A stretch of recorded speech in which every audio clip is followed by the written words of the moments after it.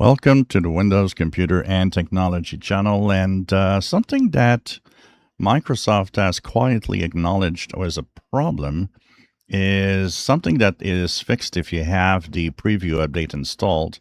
So if the June preview update is installed on your PC, you might see that there's maybe more disk space available on your computer. Quite a few users have noticed the problem. And there's one example here of questions that being asked by some of the users.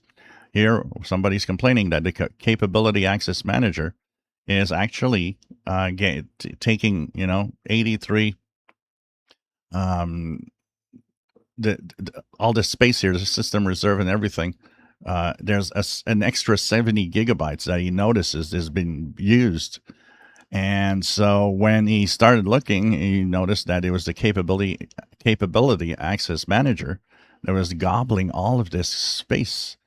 And so, for example, he's talking about the file that just keeps growing, and that this single file that he's looking at is at 66.5 gigabytes. So the thing is, Microsoft did acknowledge finally this week that it is something that's been happening for a while. If you see this post, it's from March. And now has finally been fixed today with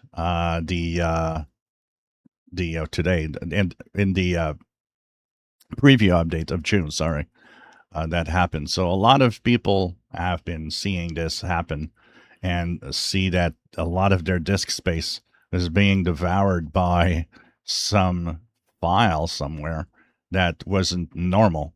So if you had that issue, or if you find that your disk space is abnormally used, it's too big for what you have on your PC, that could be default.